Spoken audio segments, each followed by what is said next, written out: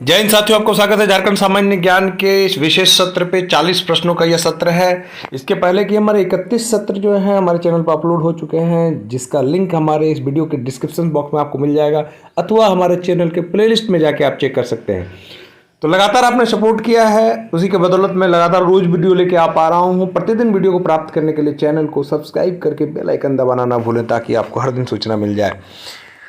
आगे बढ़ते हैं, चलिए देखते हैं। पहला प्रश्न आपके स्क्रीन पर यह है कि झारखंड राज्य मानचित्र पर अवस्थित है किस स्थान पर? जरा देखिए, उत्तरी पूर्व गोलार्ध में है।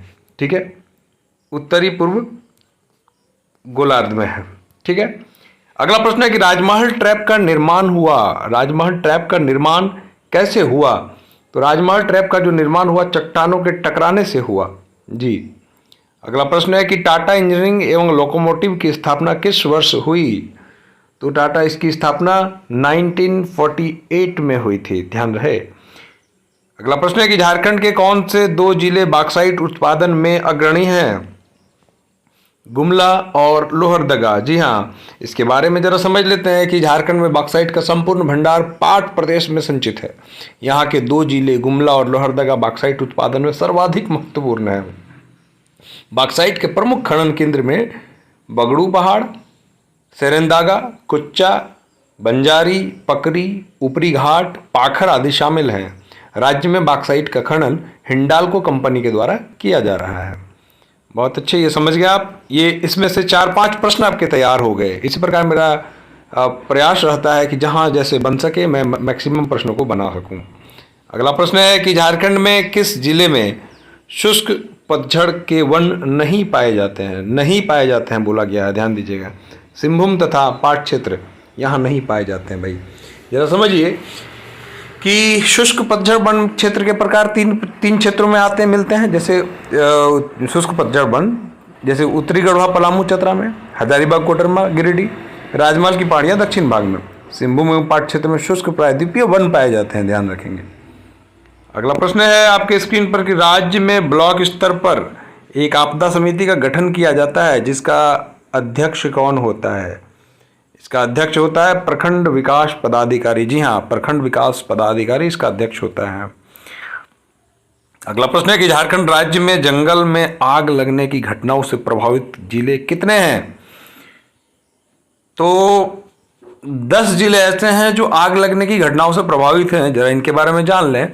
गढ़वा, पलामू, लातेहार, चतरा, हजारीबाग, पूर्वी एवं पश्चिमी सिंहभूम, सिमडेगा, गुमला एवं सरायकेला खरसावां। अगला प्रश्न है आपके स्क्रीन पर कि हाल ही में मुख्यमंत्री हेमंत सोरेन ने पलाश ब्रांड की शुरुआत की है। पलाश ब्रांड क्या है भाई? जरा इसके बारे में जान लेते हैं कि पलाश ब्रांड है क्या है। ग्रामीण स्तर पर गांव के प्रोडक्ट बेचने का एक प्लेटफॉर्म है।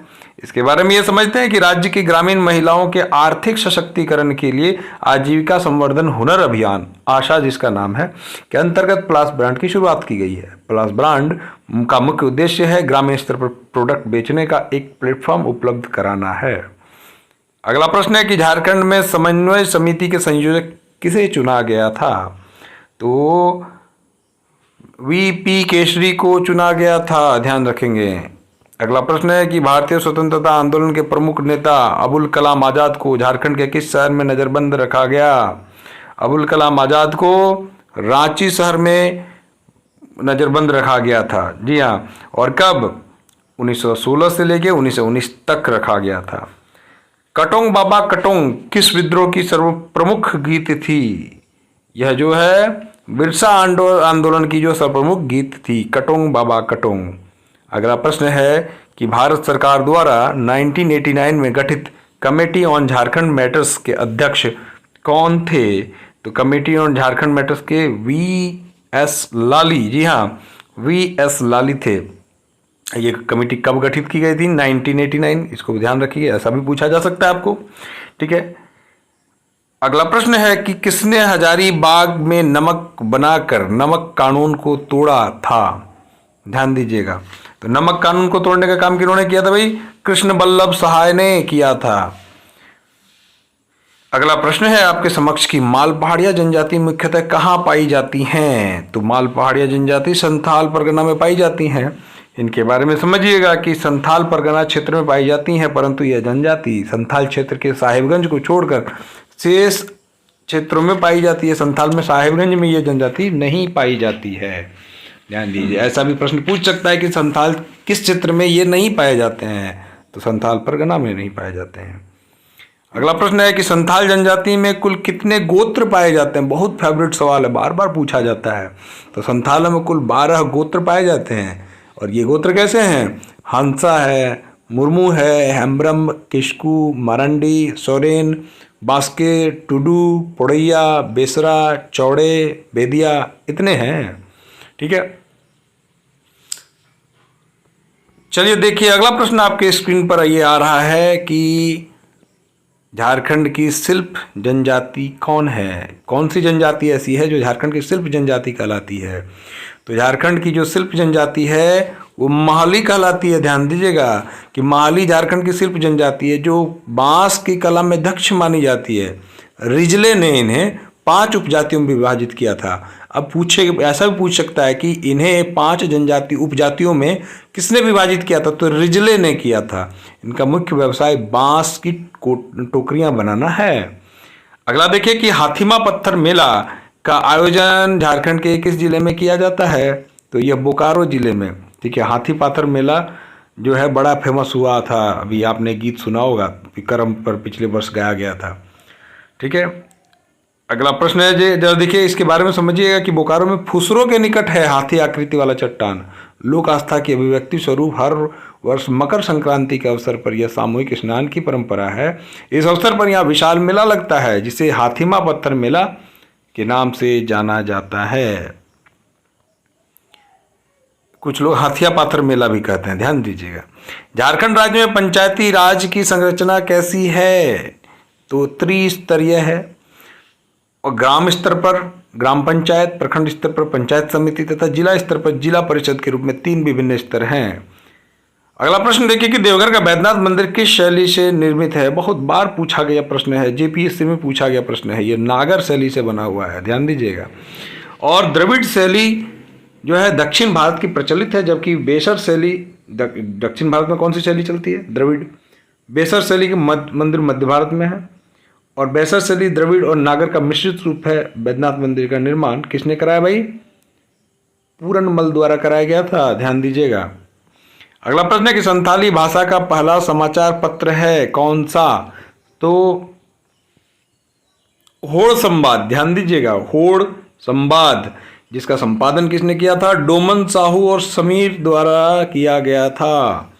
अगला प्रश्न है कि राम रेखा धाम मेला का आयोजन किया जाता है। राम रेखा धाम मेला का आयोजन कब किया जाता है भाई? कहाँ किया जाता है? सिमडेगा में किया जाता है, और यह मेला कार्तिक पूर्णिमा के अवसर पर 3 दिनों तक आयोजित किया जाता है। डोमकच नृत्य किया जाता है। अगला देखिएगा, विवाह के अवसर पर डोमकच नृत्य किया जाता है। ठीक है, अगला प्रश्न है कि माँ योगिनी मंदिर कहाँ स्थित है? माँ योगिनी मंदिर कहाँ स्थित है? तो यह बाराकोपा पहाड़ी में है। ठीक है, और बाराकोपा पहाड़ी कहाँ है भाई, जरा ये जान लीजिए, गोड्डा में है। ठीक है, इस मंदिर का निर्माण किसने किया? तो चारुशीला देवी ने कराया था। तो देखिए कैसे एक प्रश्न से 3 प्रश्न बन गए। तो इस प्रकार मेरा प्रयास हमेशा रहेगा कि हर प्रश्न से जो मैक्सिमम निकल सके। आपका काम यह है कि अगर आपको अच्छा लगता है तो एक लाइक और एक कमेंट जरूर करें। इसकी थोड़ी कमी हो जाती है, जितने लोग वीडियोज में आते हैं, वीडियोज देखते हैं, उतने लोग लाइक कमेंट नहीं करते हैं। थोड़ा आइए एक लाइक कमेंट करें ताकि मेरा मनोबल बढ़े, ताकि मुझे आपसे सुझाव भी मिले और साथ ही साथ आपकी सराहना भी मिले। निम्न में से कौन एक साहित्यकार के रूप में भी जाने जाते हैं? राजा दलेल सिंह। राजा दलेल सिंह जो है साहित्यकार के रूप में जाने जाते हैं। भारत छोड़ो 1947 किसकी कृति है? जो यह है राधा कृष्ण की कृति है। निम्न में से कौन खोटा भाषा के प्रसिद्ध लेखक हैं? जरा देखिएगा। ठीक है, असल में श्रीनिवास पानूरी जी। श्रीनिवास पानूरी जी खोटा के प्रसिद्ध विद्वान। इन्होंने खोटा भाषा में मेघदूत, तितकी, दिव्य ज्योति आदि पुस्तकों की रचना की है। अगला प्रश्न है कि हमीन कर बजट में प्रस्तावित योजनाओं का मूर्त रूप किस वित्तीय वर्ष में प्रदान किया गया? ठीक है, तो 2023-24 में किया गया। और अगला देखिए, निम्न में से कौन सी पुस्तक रामदयाल मुंडा की कृति है? रामदयाल मुंडा की जो है, देखिए मुंडारी ग्राम भी है, आदि धर्म भी है, हिसिर भी है, सभी रामदयाल मुंडा की है। पुलिस प्रशिक्षण केंद्र हजारीबाग की स्थापना किस वर्ष की गई? जो लोग दरोगा बनने वाले हैं वो लोग ध्यान दीजिए, सबके लिए काम का है, लेकिन दरोगा वाले आपको वहीं जाना पड़ेगा, ठीक है। तो इसकी स्थापना 1912 में की गई थी। झारखंड का एकमात्र भारतीय प्रौद्योगिकी संस्थान निम्न में से कौन सा है? तो ISM धनबाद है। अगला प्रश्न है आपके स्क्रीन पर कि झारखंड राज्य में स्थापित प्रथम डिग्री कॉलेज है कौन सा? संत कोलंबा हजारीबाग, ठीक है। निम्न में से किसका संबंध पर्वतारोहण से है? तो पर्वतारोहण से संबंधित हैं प्रेमलता अग्रवाल भी हैं और चेतना साहू हैं, दोनों हैं भाई। 2023-24 के बजट के संदर्भ में लागू होने वाले कृषि समृद्धि योजना का मुख्य उद्देश्य क्या है? तो सिंचाई की व्यवस्था है, ठीक है। अगला देखिए कि देश का पहला ग्रीन स्टेडियम बनाया गया है कौन सा? देश का GS स्टेडियम रांची, ठीक है। देश का पहला 100% ग्रीन स्टेडियम बन गया है। 400 kW का सोलर ऊर्जा संयंत्र लगाने में 1,76,00,000 रुपये खर्च किया गया था। बजट 2023-24 के संदर्भ में झारखंड राज्य मिलेट मिशन प्रस्तावित के तहत कौन सा श्री अन्न शामिल नहीं है? ध्यान दीजिएगा, तो जौ नहीं शामिल है। निम्न में से किस एक महिला खिलाड़ी का संबंध तीरंदाजी से नहीं है? तो तीरंदाजी से जो कौन है, सुमराय टेटे, इनका नहीं है। बाकी के तीनों जो है ये तीरंदाजी से संबंधित हैं। अगला प्रश्न है आपके स्क्रीन पर कि उत्पादन की दृष्टि से झारखंड में सबसे बड़ी कोयला की खान कौन सी है? तो यह है झरिया कोयला खान, ठीक है। झरिया कोयला खान जो धनबाद जिला में है, उत्पादन की दृष्टि से सबसे बड़ी खान है। अगला प्रश्न है कि झारखंड में सर्वाधिक लोह अयस्क पाया जाता है कहाँ, ऐसे कौन सा? ठीक है, तो यह हेमेटाइट है, ध्यान दीजिएगा। शिवपुर सेवा गर्म जलकुंड कहाँ स्थित है? ये 59 नहीं है, ये 69 है, ध्यान दीजिएगा। इसका जो है इस क्रम में चूक हुई है, ये 59 नहीं 69 है जी। तो शिवपुर सेवा गर्म जलकुंड पाकुड़ में स्थित है। कहाँ है? पाकुड़ में स्थित है। पाट क्षेत्र की औसत ऊंचाई कितनी होती है? पाट क्षेत्र की जो औसत ऊंचाई है वह 3000 फीट लगभग, जिसको 900 मीटर कहते हैं, उतनी लगभग है। चलिए, इसके साथ ही ये सत्र समाप्त होता है। कैसा लगा कमेंट करके ज़रूर बताएं। नए हैं तो सब्सक्राइब करना ना भूलें, बेल आइकन भी दबाते चलें। धन्यवाद।